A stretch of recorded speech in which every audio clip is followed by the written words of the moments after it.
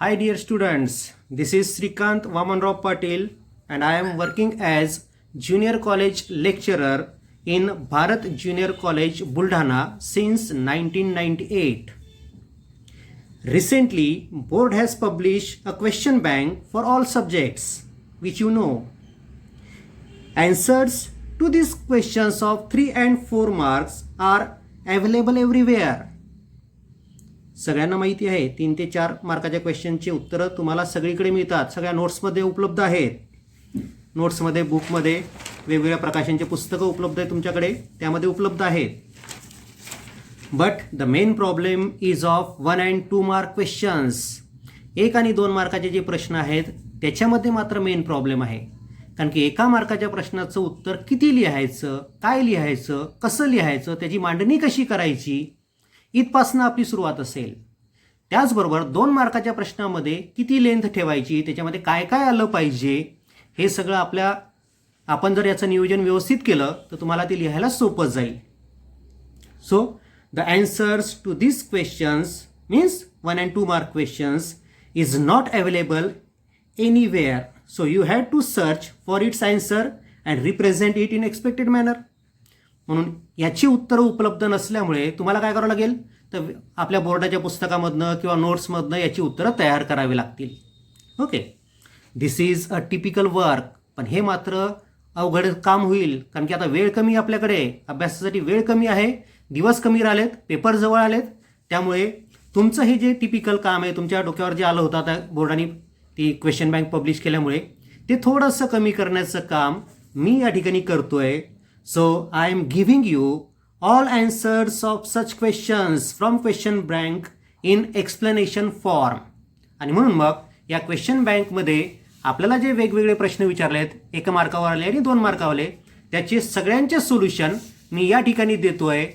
आणि ते एक्सपेक्टेड फॉर्ममध्ये म्हणजे बोर्डात तुम्हाला कसं लिहायचं आहे हे पण मी तुम्हाला सांगेल. म्हणजे एक्सप्लेनेशन फॉर्ममध्ये मी तुम्हाला सांगतोय, एक्सप्लेन करून सांगतोय.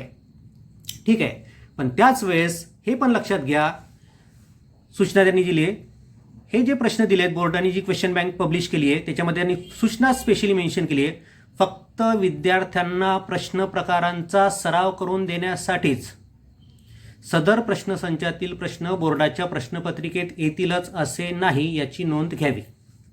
ठीक आहे, सूचना व्यवस्थित सगळ्यांना समजली. आपला मेन प्रॉब्लेम होता 1 मार्क क्वेश्चनचा आन्सर आणि 2 मार्कच्या क्वेश्चनचा आन्सर कसं रिप्रेझेंट करायचं, कुठून मिळवायचं, ते सगळं काम मी करून ठेवलेलं आहे. आणि आता हे जे मी लेक्चर्स या ठिकाणी या आपल्या चॅनलवर टाकेल, त्या वेगवेगळ्या लेक्चर्समध्ये तुम्हाला ते सगळे क्वेश्चन आन्सर्स मिळतील. प्रत्येक चॅप्टरसाठी सेपरेट लेक्चर तयार करतो आहे. ठीक आहे, okay. We are discussing solutions of boards question bank of chapter number 8 electrostatics, and the first type is very short answer question, means VSA questions, each carrying 1 mark.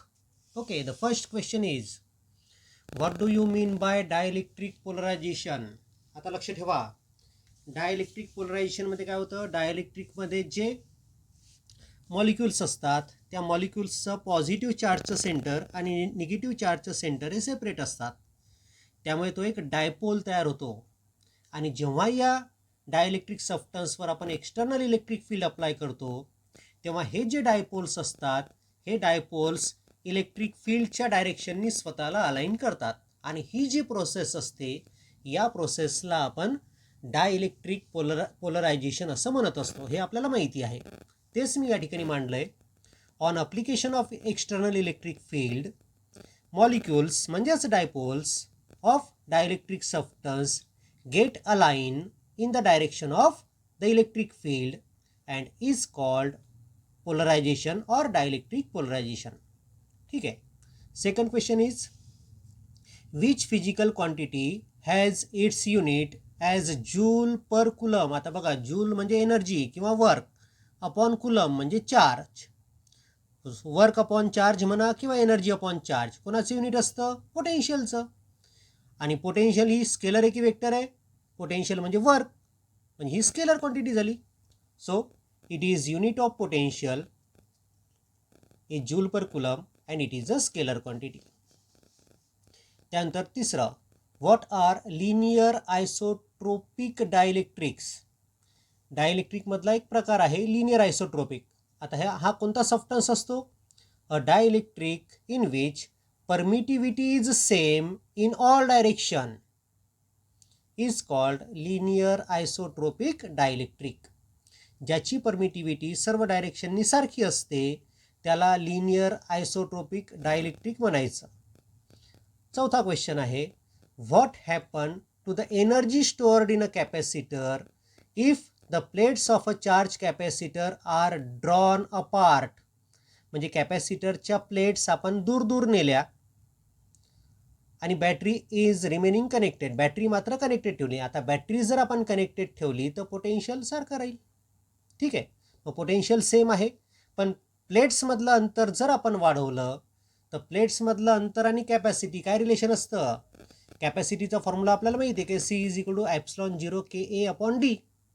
म्हणजे डीशी inversely, म्हणजे प्लेट्समधलं अंतर जर वाढवलं तर कॅपॅसिटी कमी होणार आहे. आणि कॅपॅसिटी कमी होते आहे, पोटेन्शियल तेवढंच आहे, तर एनर्जी स्टोअर्डवर काय इफेक्ट होईल? एनर्जी स्टोअर्डचा फॉर्म्युला आपल्याला माहिती आहे हाफ CV². त्यामुळे कॅपॅसिटी कमी होत आहे, पोटेन्शियल तेवढंच आहे, एनर्जीचा फॉर्म्युला आहे half CV². So C is decreasing, V is same, so energy stored decreases. So answer is, by increasing the separation between the plates of the capacitor, capacity decreases so that energy stored also decreases. तुम्हाला पाहिजे असेल तर रेफरन्ससाठी तुम्ही formula देऊ शकता. एनर्जीचा formula आहे half CV². Question number 5 एक न्यूमरिकल आहे. काय म्हटले पहा, the mean free path of electron in a metal is 4 × 10⁻⁸ metre. Find the electric field in units of volt per meter which can give on an average 2 electron volt energy to an electron in the metal. आता example व्यवस्थित समजून घ्या.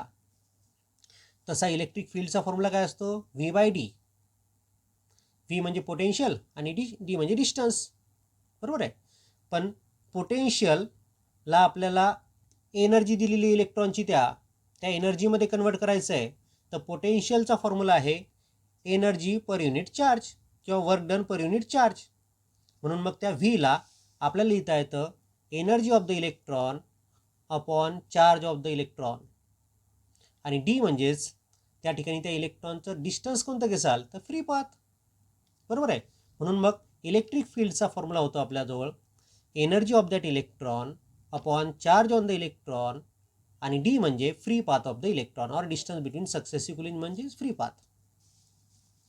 मग energy दिली 2 electron volt, so 2 × 1.6 × 10⁻⁹ upon charge on the electron 1.6 × 10⁻⁹, आणि D म्हणजेच मीन free path म्हणजे 4 × 10⁻⁸.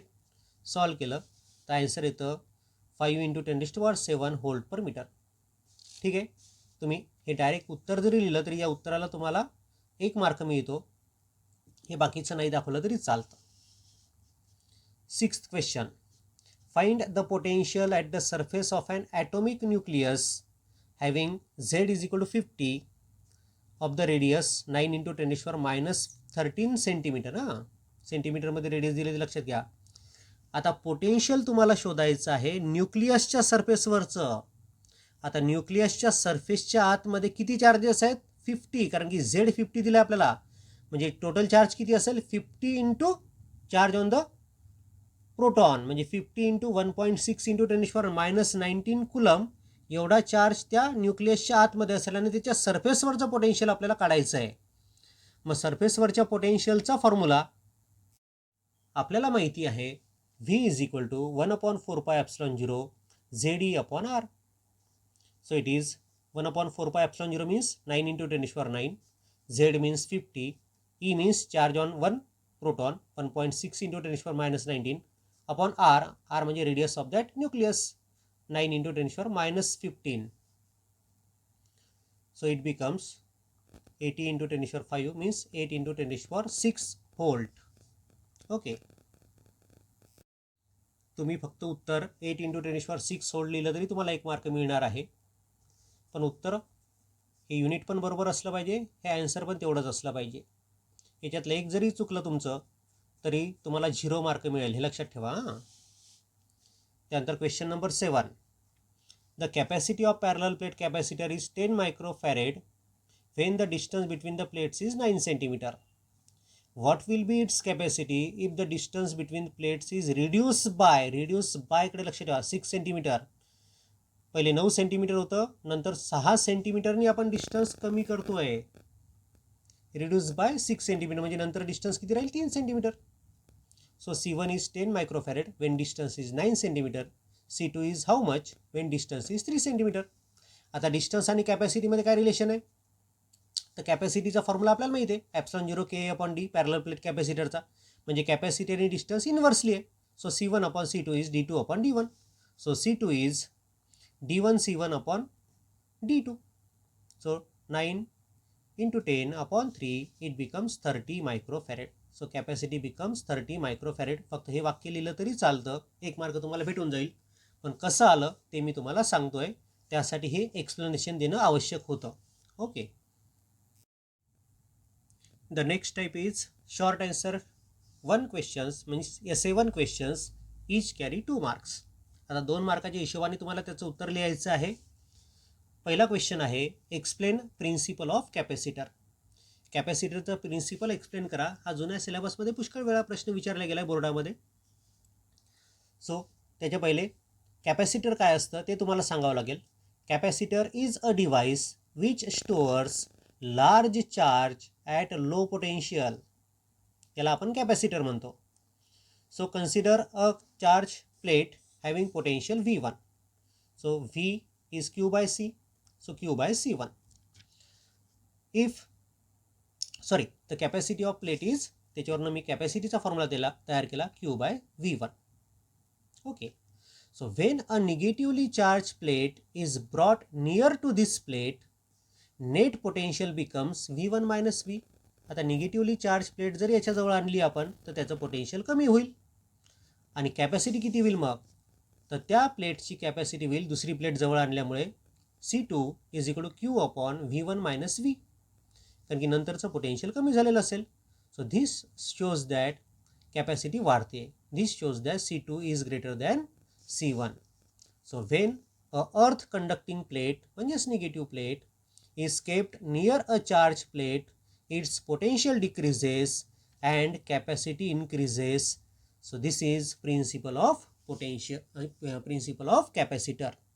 म्हणजे कॅपॅसिटरमध्ये काय केलं जातं तर निगेटिव्हली चार्ज प्लेट त्या पॉझिटिव्हली चार्ज प्लेटच्या जवळ आणल्यामुळे त्याची पोटेन्शियल कमी होतं आणि कॅपॅसिटी वाढते. तेच तुम्हाला इथे लिहायचं आहे. सेकंड क्वेश्चन हा तसा 2 मार्काच्या हिशोबाने थोडा मोठा झाला, पण असू द्या. काय म्हटलं पहा, obtain an expression for electric field intensity at a point outside uniformly charge infinite plane sheet. मग uniformly charge infinite plane sheet आपल्याला घ्यावी लागेल आणि त्याच्या बाहेरच्या पॉईंटवर इलेक्ट्रिक फील्ड किती असते ते आपल्याला शोधायचं आहे. So consider a uniformly charge infinite sheet with a surface charge density sigma. ठीक आहे, ही घेतली आपण. त्याच्यावरची सरफेस चार्ज डेन्सिटी सिग्मा आहे. Consider a point P at a distance small r where the electric field is to be find. आपण हा point P घेतला की जिथे आपल्याला इलेक्ट्रिक फील्ड शोधायची आहे. ठीक आहे. Draw a Gaussian surface in the form of cylinder of cross sectional area DS. हा एक गॉसियन सरफेस काढला आपण, DS area of cross section असणारा. At point P normal to the area and direction of electric field is in the same direction. बघा आता हा जो point P आहे, हा गॉसियन सरफेस काढला आपण, तर या गॉसियन सरफेसला काढलेला नॉर्मल आणि इलेक्ट्रिक फील्डची दिशा ही एकाच दिशेने असेल आणि म्हणून मग नॉर्मल आणि इलेक्ट्रिक फील्डमधला अँगल 0 असेल. Okay.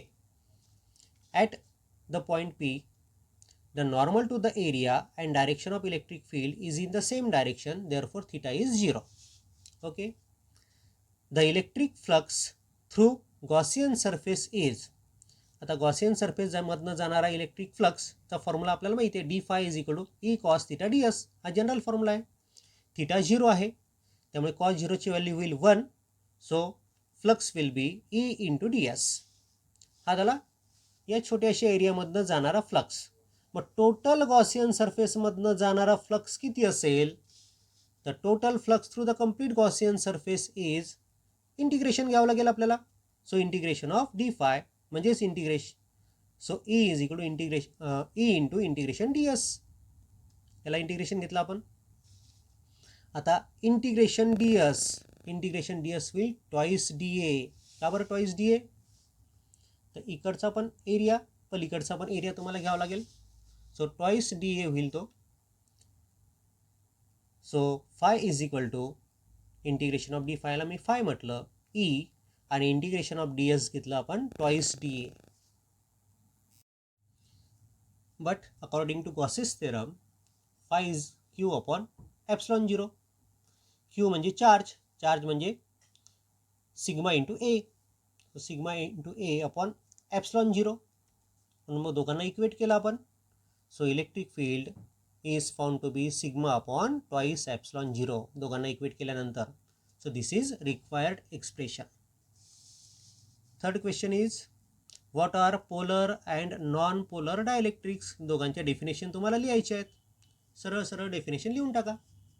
Polar dielectrics, the dielectrics in which center of positive charge of molecule and center of negative charge of molecule do not coincide are called polar dielectrics. आणि non polar dielectrics कोणते? The dielectrics in which centre of positive charge of molecule and centre of negative charge of molecule coincides are called non polar dielectrics. ठीक आहे. त्यानंतर question number 4. Two capacitors each of capacity 2 microfarad are connected in parallel. ठीक आहे. दोन capacitor parallel मध्ये जोडले. The system is connected in series with a third capacitor of 12 microfarad capacity. हे parallel combination आपण 12 मायक्रोफॅरेडच्या सिरीजमध्ये जोडलं. Find the equivalent capacity of the system. तर यांचं इक्विव्हॅलंट कॅपॅसिटन्स आपल्याला काढायचं आहे. आता मला सांगा, हे दोन कॅपॅसिटर पॅरललमध्ये आहेत. मग इक्विव्हॅलंट कॅपॅसिटी किती होईल?